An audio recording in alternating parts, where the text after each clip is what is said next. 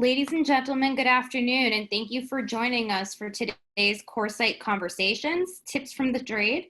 We're very excited to have Steve Lamar, President and CEO of AAFA, joining us as our special guest. And with that, I'm going to hand it over to our CEO and founder of Coresight Research, Ms. Deborah Weinswig. Thanks, Anna. Good afternoon, and welcome to Tips from the Trade. I'm your host, Deborah Weinswig, and I'm joined today by Steve Lamar. At Coresight, we have hosted almost 50 digital events this year in a quick pivot to share content in a new way. Please refer to our digital events library at coresight.com/events. In addition, we are featuring a great research report today on social commerce platform opportunities for brands and retailers. With that, I'm honored to introduce Steve Lamar, who is President and CEO of the American Apparel and Footwear Association, otherwise known as AAFA. The AAFA is a national trade association representing more than 1,000 brands in the apparel and footwear industry. Steve leads a dedicated team of amazing professionals who represent AAFA members before the government, through the media, and in industry settings on key topics including brand protection, supply chain and manufacturing, and trade issues. He is a thought leader in the industry and has an extensive background, including time spent with the U.S. Department of Commerce as an international trade analyst, and also time with the Peace Corps. Today, we are going to discuss the current challenges facing the industry, sustainability, supply chain, and how the AAFA is supporting retailers and brands. Lastly, please use the Q&A function at the bottom of your screen during our conversation to ask questions, and we will address them during the call. With that, Steve, thank you so much for joining us. Thanks for having me on. Great to be with you. So the last time we saw each other in person was at the AAFA Executive Summit in Washington in early March. And one of the top conversations there was around sustainability and how different retailers and brands and technology companies were approaching it for 2020. What do you think has changed since March? I think, if anything, that we're going to see that trend accelerate. I mean, so back in March at the summit, and thanks for being there. I thought that was a great event. We, back then we were talking about the shift into 2020 was not about how authentic your marketing is, but about whether sustainability was really now embedded into your DNA. That was something we were hearing from a lot of companies that as they were talking to their, especially younger customers, that was an expectation that they were all going to be seeing. And of course, we had a big focus on sustainability with our Eye on the Environment theme. As we've now gone through the last 75 days or so since the summit, we've seen, obviously a lot of people are very focused on how to manage and react to and survive through the COVID crises. But one of the things they've been seeing is that that consumers have been getting by with less, that there is kind of all these sort of anecdotal conversations about how the environment is a lot cleaner. And those two pivot points are ones that are making people think that the sustainability movement is going to be even stronger, that we've kind of inadvertently trained our consumers that we don't need to have this large amount of production, large amount of consumption model to support fashion decisions. Maybe we can get by with less. And if that starts to solidify, that will support that sustainability move to more sustainable production levels. We were talking about this at the summit. And of course, this is a glimpse into what does the world look like with a cleaner environment. It's certainly something a lot of people are talking about. That just may be more of an anecdotal, rhetorical perspective, but it may be something that incentivizes people to double down and do even more from the sustainability side.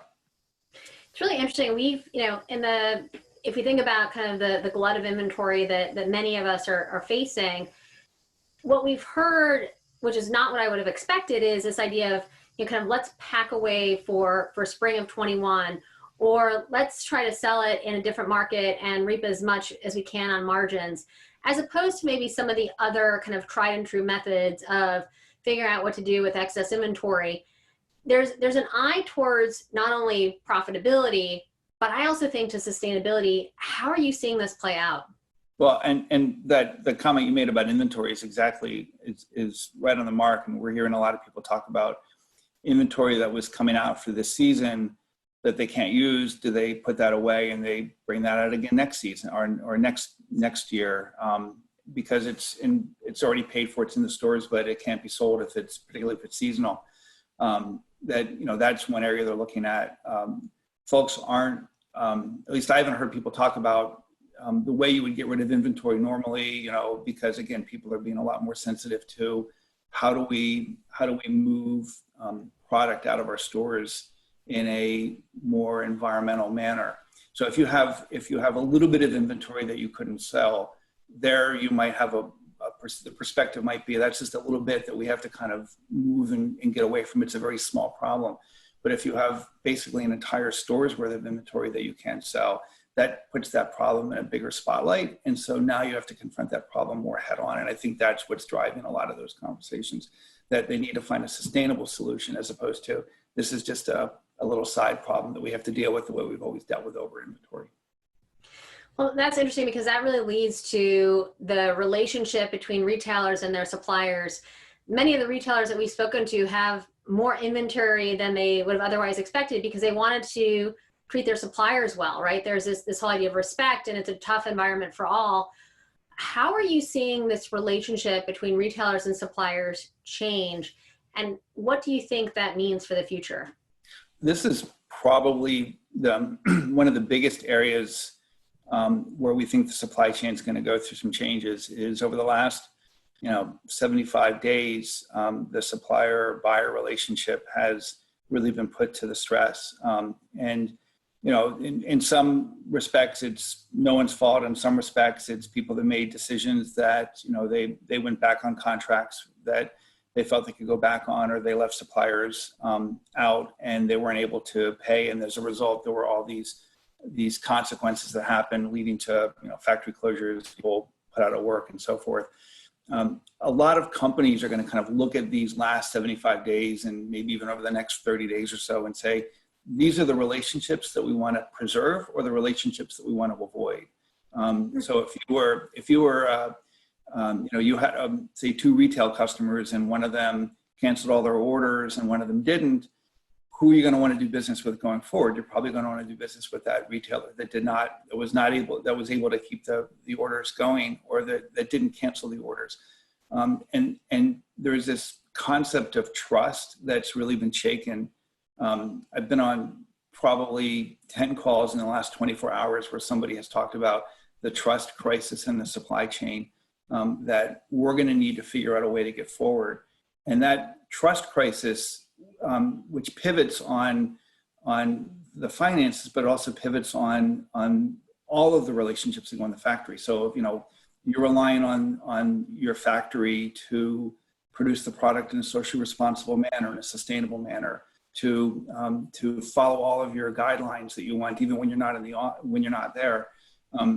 If the factories feel that they can't trust you to preserve their orders, then that kind of undermines that relationship. So we're going to have to spend a lot of time, I think, as supply chains to rebuild that. And I think it's going to focus on those people that you feel are more high quality, both suppliers as well as your customers. I mean, on this trust crisis concept, if you think back over the past 75 days, many of us have heard words that we've only seen in contracts, right? Force majeure and this kind of challenge around the fine print. How do you think, right, things have changed over those 75 days in terms of this relationship? And what have been some of the surprises? Well, I think people are going to look at their contracts a lot closer, and they're going to try and build in to their contracts, what happens when there is a future liquidity squeeze or liquidity crisis. What are all of the steps that you have to go through to make sure that you can preserve your ability to do business. So you've got some more predictability. I think you're going to see a flight to quality, where you only want to do business with those companies that you believe are going to be around. And what that's going to do is it's going to make the restart that we're all kind of looking at and getting ready to go through. It's going to make that a lot more tentative because, companies that were put in a situation where they couldn't pay bills, they didn't have revenue, but are starting to restart. Are they going to be able to recreate some of those business relationships or move those business relationships further? it'll be much more difficult for them. Where are they going to find the credit for that? These are all questions that people are trying to scramble to find answers for right now, and they're the kind of the next set of questions that come after this natural and very severe liquidity crisis that we've experienced. What are the big surprises? Frankly, I was surprised that it happened so fast. It was really kind of a falling off of a cliff setting that we saw where, I think when we were together in early March, we were kind of sort of looking around going, yeah, there's probably some demand concerns. I think we still saw it as a supply chain issue. And then within 2 weeks, it was a full-on demand issue that was now having that kind of secondary supply chain issue. And then by the first week of April, we were getting a lot of the calls from factories and associations around the world. We need to do something. We have to stop this and fix this. So. Well, as you've had those calls and I'm sure many conversations, how are you working together to fix this?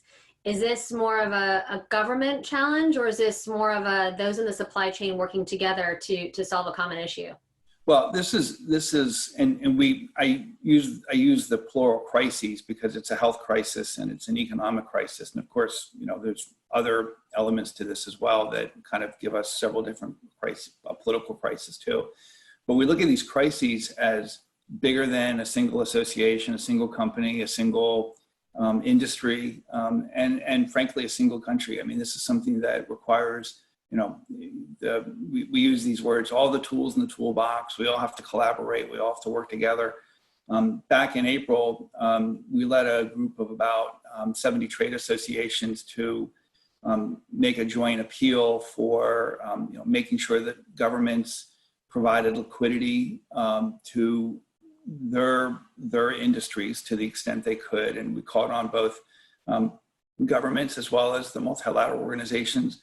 We urge governments not to engage in more any trade restrictions, especially restrictions that would prevent the manufacture or trading of products of personal protective equipment, because that's been so important for our industry. Is they've rushed in to kind of fill that gap. And then we also asked for, and again, this is part of that liquidity concept, asked for tariff relief, whether it comes in the form of suspensions or deferral of duties. And a number of countries, including the U.S., have responded to all three of these requests. I think we would like to see more, and we'd like to see them faster, and we'd like to see them more nimble. But for us, this is something that we really all have to participate and contribute. I think from the association world, for a lot of what we do, it's really kind of spreading the word, making sure people have factual information, making sure they have the tools and they can make the right decisions, making sure that they have the ability to pivot quickly, because this is an ongoing challenge that we don't know how it's going to end. We've never been here before. People look back at the flu from 1918 and they say, well, this is the way it's going to look. Maybe that gives us some clues, but we don't know if this is going to follow that pattern or not. Certainly the economic consequences have been, unprecedented. We're in new territory. And since we don't really know what these next chapters are going to look like, it's hard to kind of have that roadmap. So we keep encouraging people, really view this as a series of very quick, smart, tactical decisions, so that if we get thrown a curveball 3 months from now or 6 months from now, we can still pivot and do that as well. Yeah, you bring up an interesting point, which is this idea of how things have changed so rapidly, right? First, we had, a lot of conversations and working together, collaborating around tariffs. Then we had the supply issue and now the demand issue. As, and unfortunately, we've started seeing an unprecedented number of bankruptcies in our industry. How do you see this opportunity for other companies to support the apparel and footwear industry in light of the current crisis, and kind of amongst all these crises? I don't have a good answer for that. I think that we need to see look, there's a logistics piece of this. So we have got to have, better communication with our transportation partners, because, we're going to have, and we already do, as a matter of fact, now have, inventory, stuck in various places along the supply chain. So making sure that the transportation partners are there, making sure our finance partners are part of this as well. We have a lot of work that we're doing right now to try and encourage the U.S. government to create and execute some backstops on credit, right? So if liquidity was the first chapter of this problem, the second chapter of this problem is credit, going forward. How do you have that assurance that you can get, that you'll end up getting paid? And then how do the various credit insurance agencies properly assess that risk? We talk about insurance agencies. Insurance agencies are part of the, you can either call them part of the pollution, the problem, or part of the solution. Making sure that if we're looking at future waves of this, can you get the right kind of risk insurance? I mean, one of the things that just confounds me is, if you look at it just from a very, very sort of single lens, this was a business interruption, right? So your business interruption insurance should provide for it, but it doesn't, because in many cases, viruses weren't included, or you didn't have physical damage, right? So here you had something which was, I'm going to insure myself in case I have to close my store. I had to close my store. You go to the insurance, this is a fine print problem, right? You go to the insurance writer and it says, oh, by the way, that doesn't count. And that's been very frustrating for a lot of people, that I insured my business to literally protect against this very thing, and yet it doesn't protect against that very thing.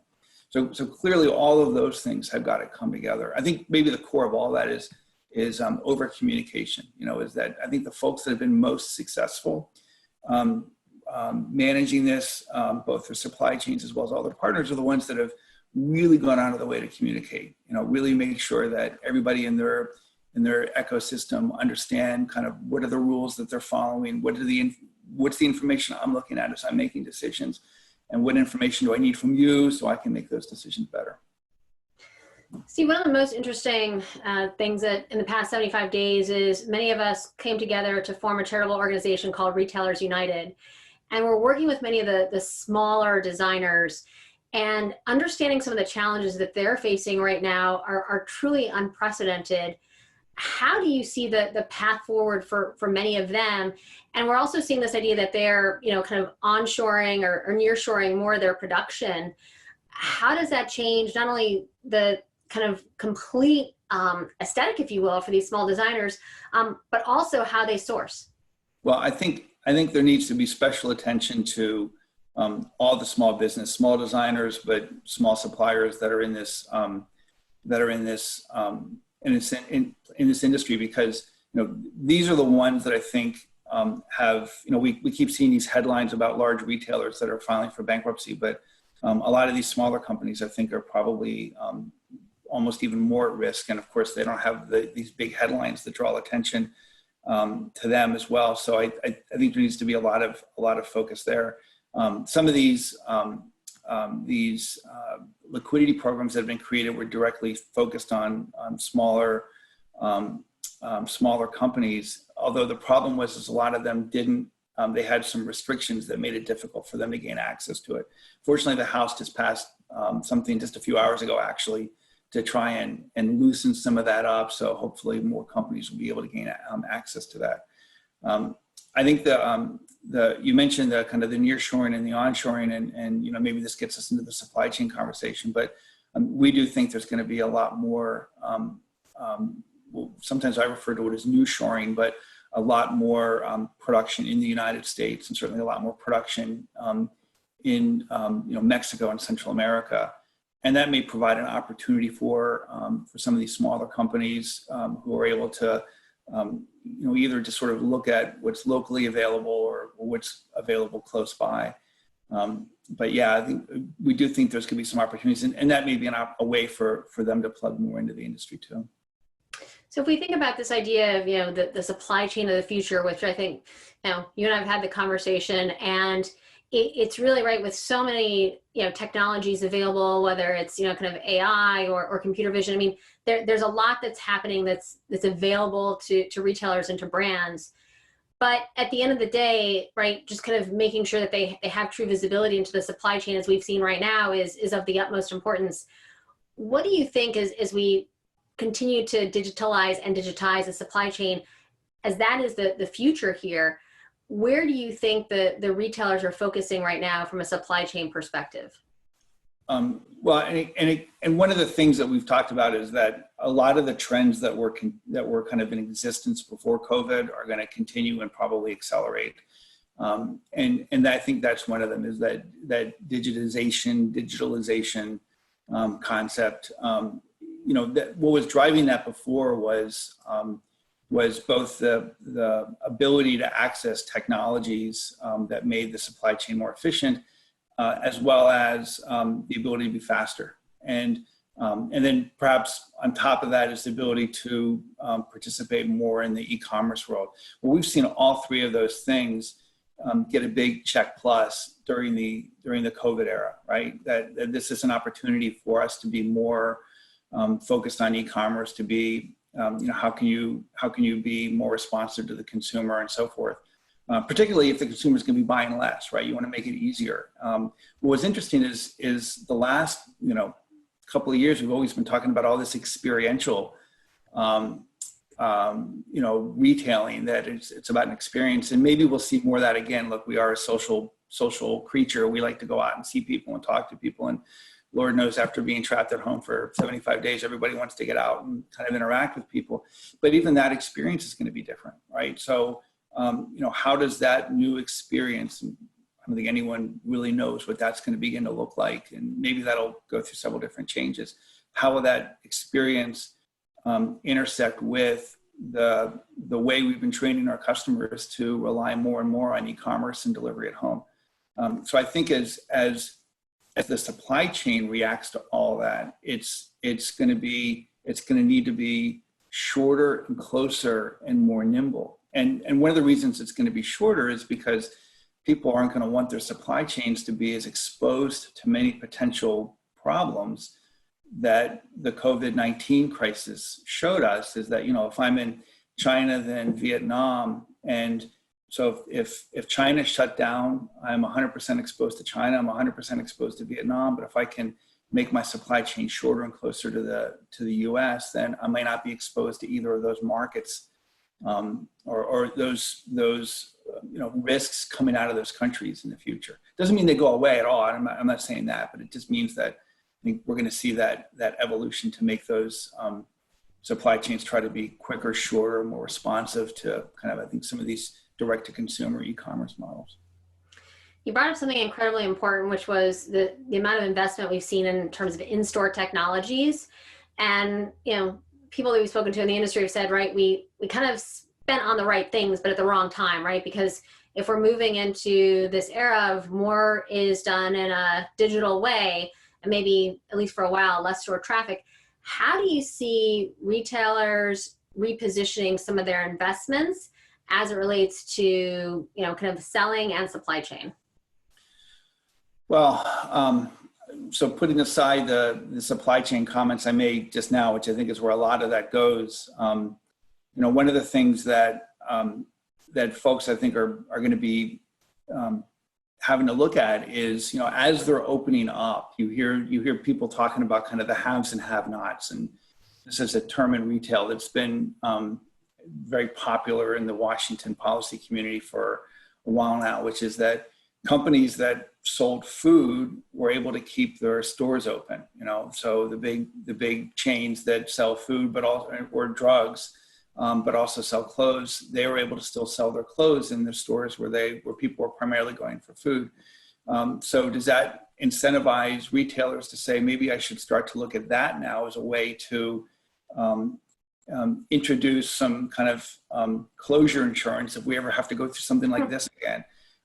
Or as the restart's happening, we're hearing all the people say, well, I can't restart my stores that are in malls, but I can restart my stores that are in outdoor malls or in standalone. So does that what does that tell you about the future of the mall or what the mall looks like? And these are some of the other questions. I don't think anyone's reached any conclusions yet. And geez, I would hope they haven't, because again, as I said before, I don't know what the next couple of months is going to be, but these are some of the gee whiz comments that we're hearing from a lot of members, that maybe the way we had built up a retail presence based on what the economy and what the social patterns looked like and were looking like 3 months ago.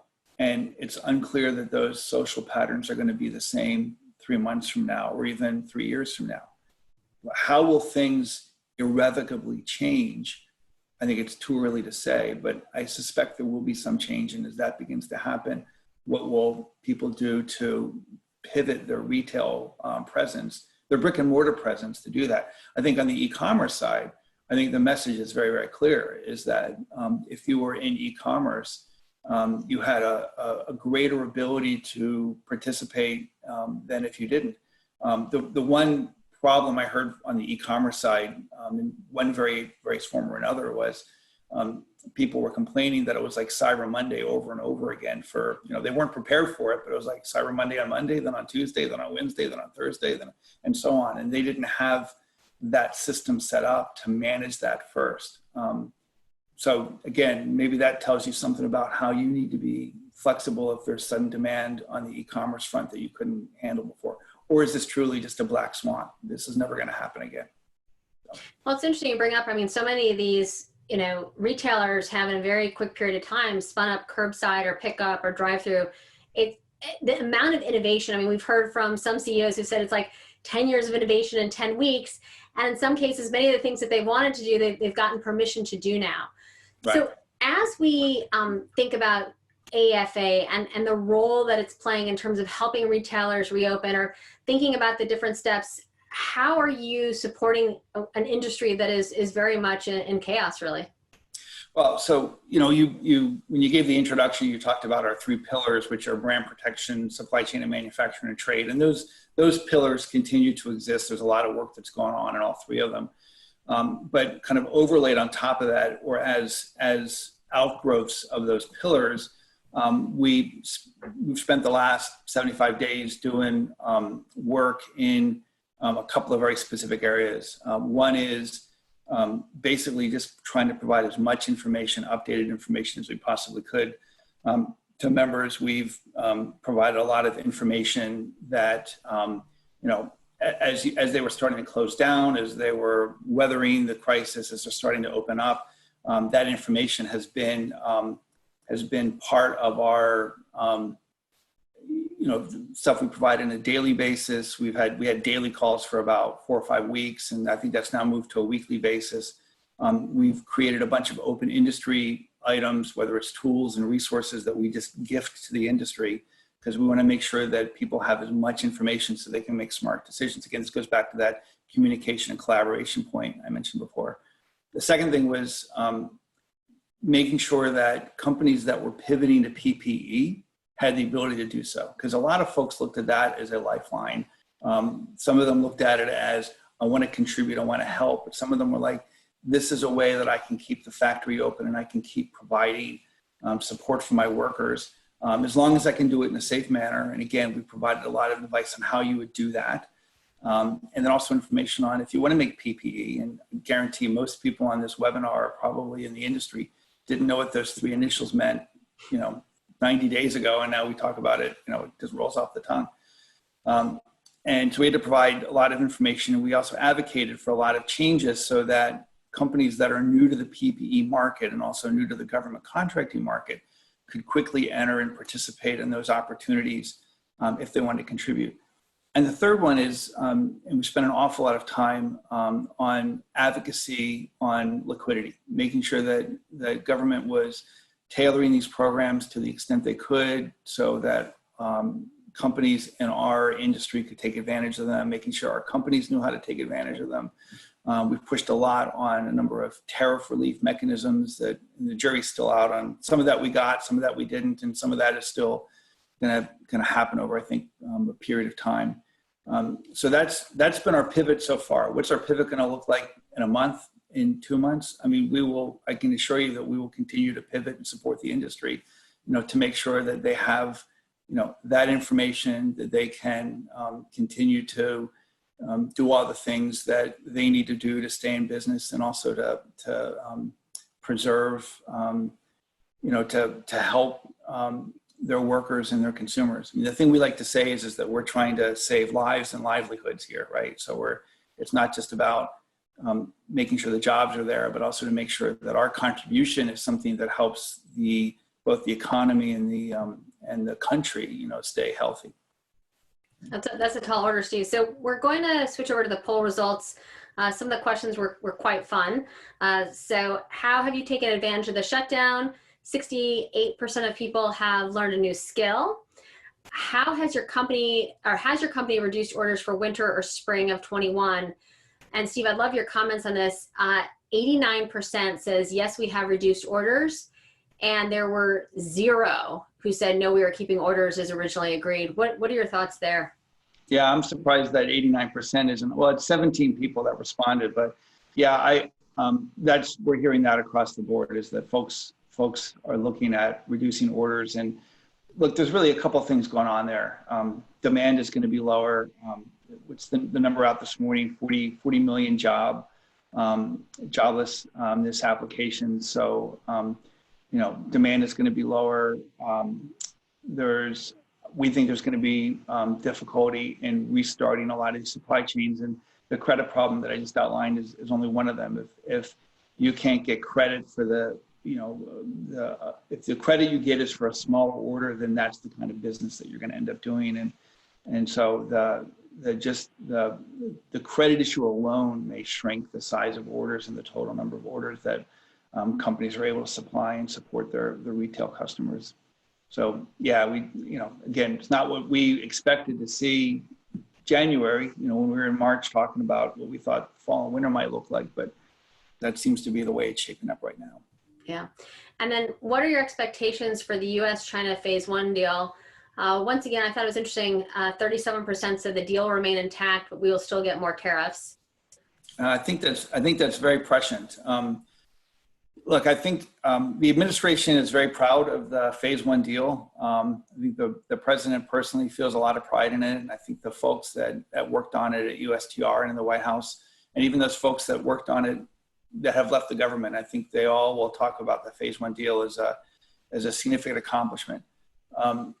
And from a political perspective, it is. The problem with it is that there is now a bigger political thing. And that bigger political thing is should China, and you're going to hear this coming out from Republicans as well as Democrats, should China be held accountable? Should there be more actions taken to see whether China did anything wrong or not?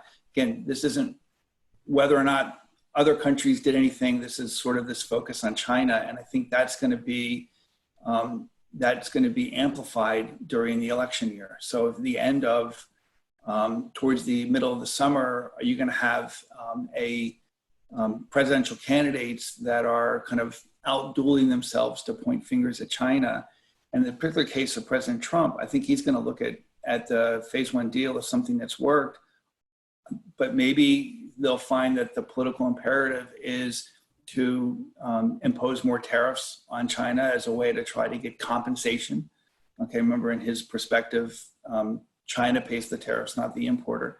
So if they view it as getting compensation for some of what the US economy has gone through, which is ironic because we've been asking for tariff relief as a way to try and help us through the economy. So it would be the exact opposite.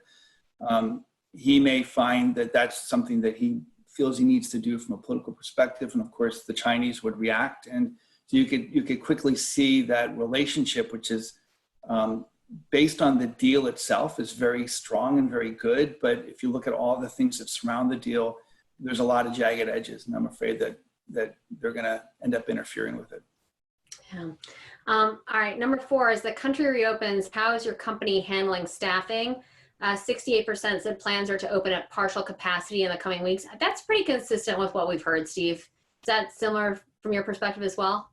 Yeah, and one of the things that I've been hearing a lot of folks talk about. So you've got different staffing. They've got people that need to be in the facility, whether it's the store, the distribution center and so forth, to actually do their job. And then you've got also people that don't necessarily need to be in that office to do their job. And in that second case of, do I open up my office and what do I do? I'm hearing a lot of folks talk about, maybe we're just not going to open it up, or we're going to let people have the option to go in. Maybe they need a change of pace or a change of scenery.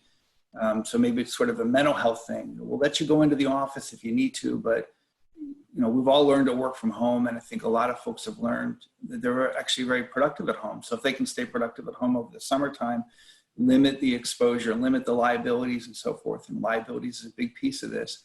And then maybe we'll just let that status quo continue for those office settings and so forth. I think though for retail environments, for distribution centers, where we actually need people physically present to do some activity, we're going to see people try to get those positions up and running as fast as they can. Yeah, and all the while, it's interesting. We've had many conversations with retailers on new technologies to keep their team safe, and how to and also how to present a wonderful experience to the customer. So I think we'll see a whole rebirth in terms of new technology. Yeah. Number 5. We've all gotten to know Zoom really well. Yes. And then our last poll question: how important will sustainability efforts be for your company in the near term? And it's completely consistent with our conversation, Steve, which is 47% said very important and is a current priority. I've been impressed actually how important sustainability has continued to be in terms of, boardroom conversations and, where, C-suite executives are focused, even with everything else occurring right now. Yeah, and it's, and I think the things that still hold people back on sustainability are going to be those things that still need to be overcome. You ask 5 people for their definition on sustainability, and you're going to get 10 different answers. So, that's one thing that a lot of folks, trip them up. Another thing is who ends up paying for it? Am I paying for it myself? And of course, obviously, we're dealing with a lot of very severe cost pressure. So if someone comes along and says, and here's this other thing I want you to pay for, that's going to be really hard to do, right? So I think folks are still trying to understand to what extent is it a cost, to what extent is it a benefit, how fast can I do it, can I make a commitment, and then will that commitment be something I can live by, or is it just an empty commitment? As more and more people get comfortable with those things, there's a lot of initiatives that are out there as they continue to move forward, especially in the post-COVID world and post-COVID crises, or it's the height of the crisis world. I think you're going to start to see more and more companies, especially in our industry, flocking to that, because it's something that really needs to happen. And I think more and more folks have come to that realization. Were it not for the COVID crisis, I think we would have been spending this entire year talking about sustainability. Yeah. A lot of people forget we began the year with these big wildfires in Australia, right? No one remembers those anymore. And so a lot of folks, I think, were really looking at 2020, which is the 50th anniversary of Earth Day, the original Earth Day, is sustainability was going to be sort of the headline.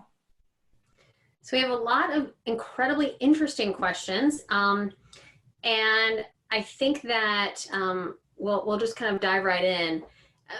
An interesting one I actually hadn't thought about that much is, how will the try-on experience change for footwear since it isn't managed in a fitting room? Let me find that one again. Which on footwear? Yep. Yeah. This is something that folks are trying to figure out. And in fact, we get proposals all the time from companies that are like, our technology is something you can subject the product to, and you can make it safe for the next consumer to try on. But, that's one of the big questions that people have been trying to find an answer for. I don't think there's necessarily a great one. What a lot of folks have been doing is they've been taking product and they've been sequestering it for 24 to 48 hours. We have our own guidance that talks about that, and guidance that we put out based on having talked to a number of medical professionals who are on the front lines of the COVID crisis. And that was their recommendation. But I think over time, even that may change, as new technologies come around and people realize there's a better way to, perhaps a better way to do it, or because the consumers want a different answer, Steve, it's been very interesting. During this time, we've heard a lot of questions from retailers and brands around returns.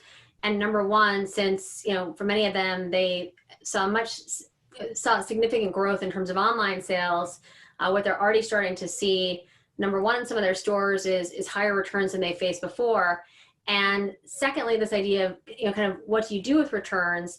And there's a question here in terms of what we're seeing as it relates to, kind of some of the re-commerce platforms.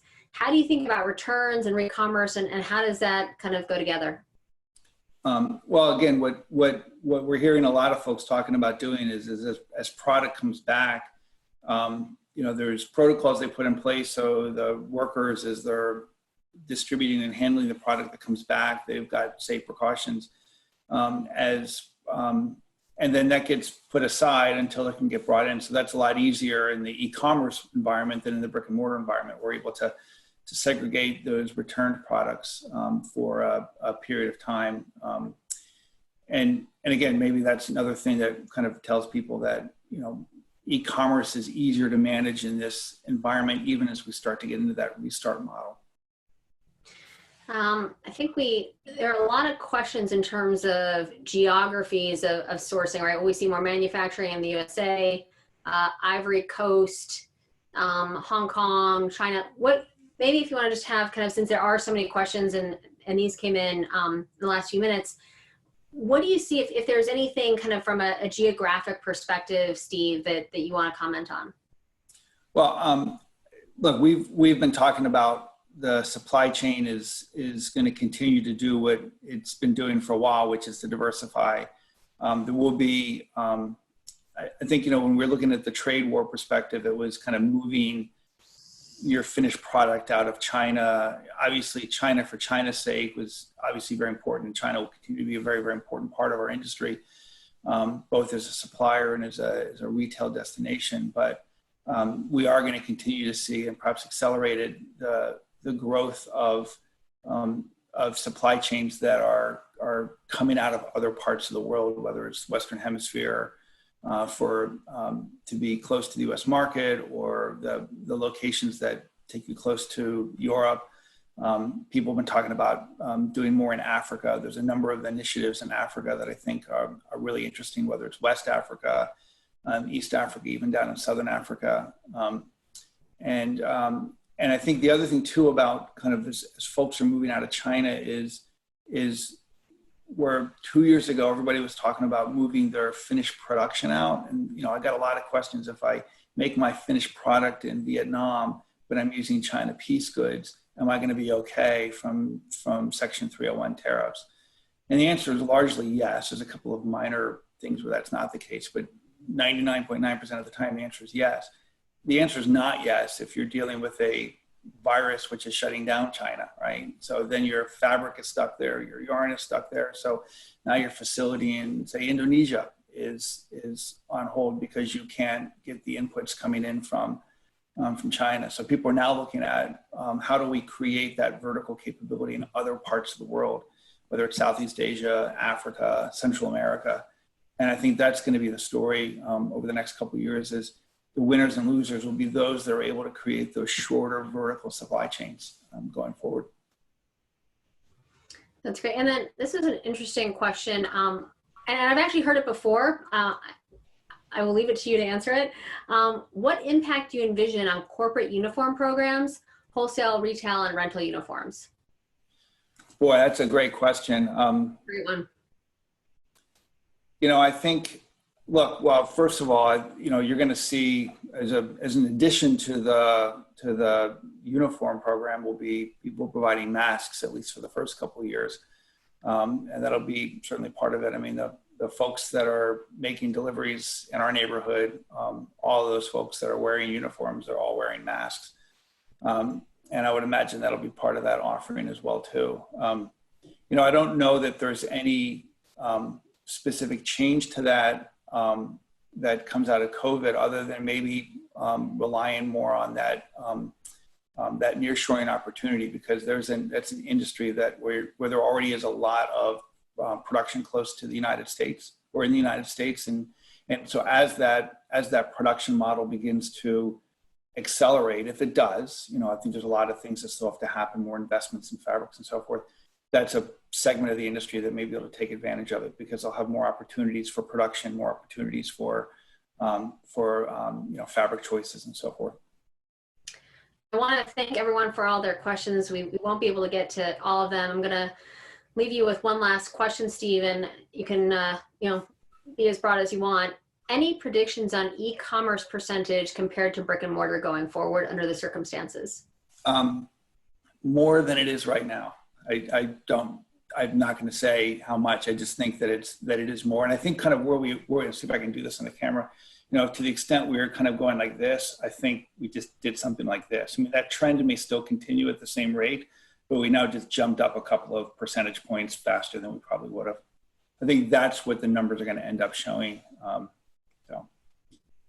Great. Well, with that, thank you so much. Your insights, as always, are incredibly valuable, and we look forward to seeing you again soon. Yeah, thanks for having us. Thank you so much. Thank you. Take care. Bye-bye, Steve. Bye-bye. Thanks.